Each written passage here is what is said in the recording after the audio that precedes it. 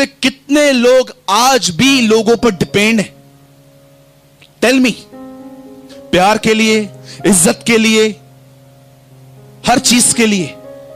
मैं आपको बताना चाहता हूं, अगर आप दूसरों पर निर्भर हैं, जानते हो क्या कहती है बाइबल? दूसरों पर निर्भर कैसे रिया जाता है? कितने लोग ये बात जानते हैं?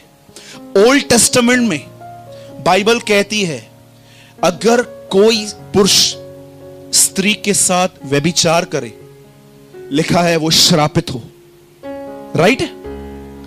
अगर तुम में से कोई किसी का बदन उगाड़े, बाइबल कहती है वो श्रापित है।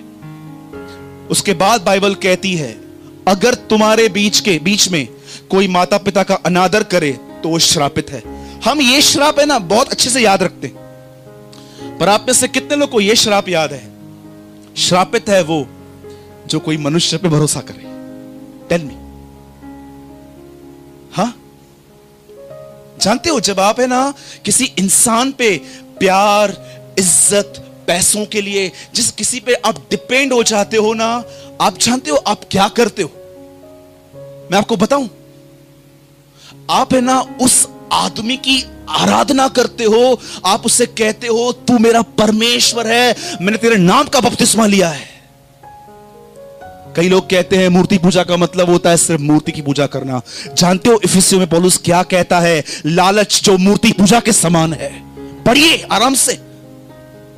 आज देखिए मसीह लोग कितना बाइबल से दूर चले गए हैं। उन्हें लगता है सिर्फ मूर्ति पूजा जो है वो सिर्फ एक मूर्ति की पूजा करने से है, लेकिन बाइबल कहती है नहीं, अगर तुम्हें जरूरत से ज्यादा कुछ चाहिए तो उनमें और तुम में कोई फर्क नहीं है।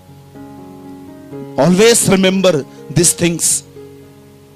मैं आपको आज यही बताना चाहता हूं, उस आदमी के सामने परमेश्वर खड़ा था, लेकिन जानते हो उस आदमी की निगाह कहां पर थी? पानी पर। प्रभु मेरे पास कोई नहीं है जो मुझे उठा के पानी में फेंके। सृष्टिकर्ता सामने खड़ा है, लेकिन फिर भी ध्यान सृष्टि की ओर लगा हुआ है। एक आदमी ने, जब मैं बाहर प्रचार करने के लिए गया था, एक आदमी ने मुझसे एक सवाल पूछा। जानते हो क्या? बोला सूरज भाई एक बात तो बताओ, आप कहते हैं परमेश्वर दयालु है, परमेश्वर प्रेमी है। उसने बोला ब्रदर मैंने आपके सारे वीडियोस देखे। बोला ब्रदर मुझे एक बात तो बताओ, आप बोलते हो परमेश्वर दयालु है, अनुग्रहकारी है, भला है, प्रेम करता है। बोला यार क्या ये सही है कि एक फल खाने से उनको निकाल दिया गया? ये किस प्रकार की दया है तुम्हारी? हाँ, एक आदमी ने लकड़ी मारी कहां पर, उसको कनान नहीं जाने देता है। ये किस प्रकार की दया है? और वो आदमी बाइबल का एक विद्वान था। कम से कम उनकी उम्र मेरे ख्याल से 60 से ऊपर थी। और जब उन्होंने प्रचार सुना तो उन्हें लगा कि शायद मैं उनके कुछ सवालों का उत्तर दे पाऊं। हम सामने सामने बैठे हुए थे। उन्होंने बोला यार एक फल खाया, उसको घर से निकाल दिया। एक आदमी ने लकड़ी मारी, उसको बोला तू कनान नहीं जाएगा। ये किस प्रकार है? मैंने कहा ब्रदर आप बातों को देख रहे हो, लेकिन उन बातों के पीछे जो बातें हैं वो आपको नहीं दिखाई देती। मैंने उनको कहा सुनिए, आदम ने चुनाव किया था। बोले क्या चुनाव किया था? मैंने कहा आपको लगता है कि जो उसकी परीक्षा थी वो सिर्फ 2 फलों में थी। मैंने कहा आपने बाइबल बुद्धि से पढ़ा है, पवित्र आत्मा से नहीं पढ़ा है। जानते हो परमेश्वर ने आदम के सामने क्या रखा था? सृष्टि। और परमेश्वर सृष्टि करता था। परमेश्वर ने जब उसे यह कहा था इस फल को मत खाना, तब परमेश्वर ने उसको यह कहा था 2 चीजें रखता हूं, सृष्टिकर्ता या सृष्टि। उसने सृष्टि को चुना था, इसलिए वो निकाल दिया गया। आप जानते हो क्यों ऐसा लिखा गया है कि मूसा कनान क्यों नहीं गया? अरे मुझे एक बात बताओ, परमेश्वर आपको आदर देता है इज़राइल के सामने कि ये मेरा दास है जिसके सामने मैं बातें करता हूं। ये आदमी जिसको परमेश्वर ने आत्मा में इतना उठाया, और वो आदमी अंतिम दिनों में इतना केयरलेस हो गया, उसने परमेश्वर का नाम नीचे किया। और आप बोलते हो ये छोटी बात है? परमेश्वर ने तुम्हें अभिषेक दिया, परमेश्वर ने तुम्हें वचन दिए, परमेश्वर ने तुम्हें एक अच्छी कलीसिया दी, परमेश्वर ने तुम्हें एक अच्छा सीनियर दिया, उसके बाद भी तुम छुप छुप के पाप करते हो और बोलते हो छोटी बात है। तुम्हारी नजर में छोटी बात होगी, परमेश्वर की नजर में नहीं। याद रखिएगा एक बात, परमेश्वर ने अगर आपको कुछ दिया है तो वो आपसे 10 गुना ज्यादा उम्मीद भी रखता है।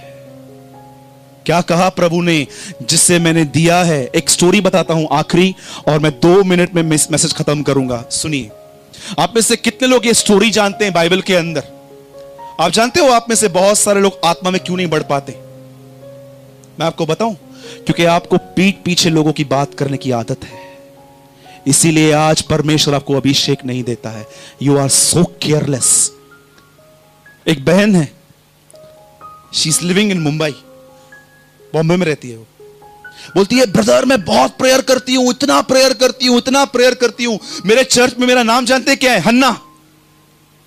बोलती है, ब्रदर मैं इतना प्रेयर करती हूं, इतना प्रेयर करती हूं, पर ब्रदर मैं आपको सच बताती हूं, मैंने ये कभी महसूस नहीं किया है कि प्रभु मुझे अपनी आत्मा से भरे। मैंने कहा, मैं आपको बताता हूं। मैंने उनको कहा, जब आप अपनी सहेलियों के साथ बैठते हो ना, आप लोगों की निंदाएं करते हो। बोलती है, हाँ। मैंने कहा, परमेश्वर मूर्ख नहीं है। God can not be mocked. परमेश्वर को ठट्ठों में उड़ाया नहीं जाता। आप एक तरफ से लोगों की निंदा करते हो और दूसरी तरफ आप प्रभु को बोलते हो मेरे को अभिषेक दे। सुनिए, आप है ना, 2 लोगों को बहुत आसानी से मूर्ख बना सकते हो। जानते हो? 2 लोगों को, एक अपने आप को, दूसरा आपके साथ रहने वालों को। परमेश्वर को मूर्ख बना के दिखाओ। मनुष्य जो बोता है वही काटेगा। आप चाहते हो परमेश्वर आपको आत्मा से भरे, तब आप यहां से निकलने के बाद किसी के लिए कुछ मत बोलो। एक आखिरी स्टोरी जो मैं बता रहा था वो यह है, सुनिए। A last thing, listen very carefully.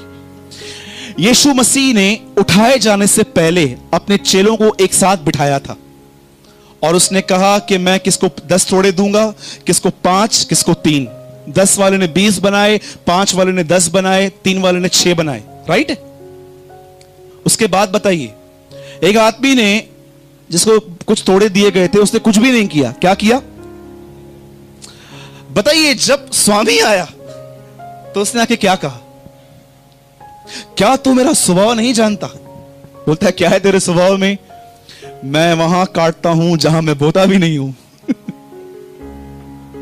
That is God's nature. किसके लिए?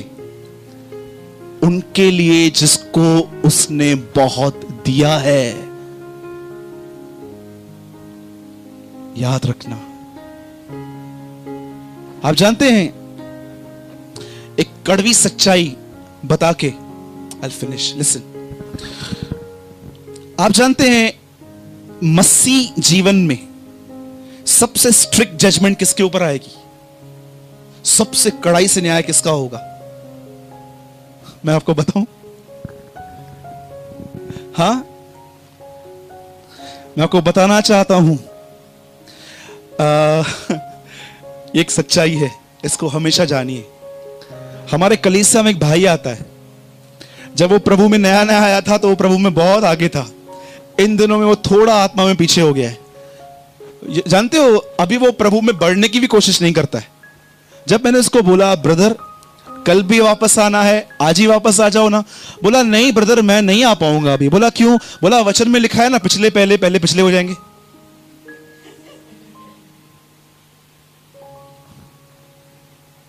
इस बाइबल को आत्मा से पढ़ो।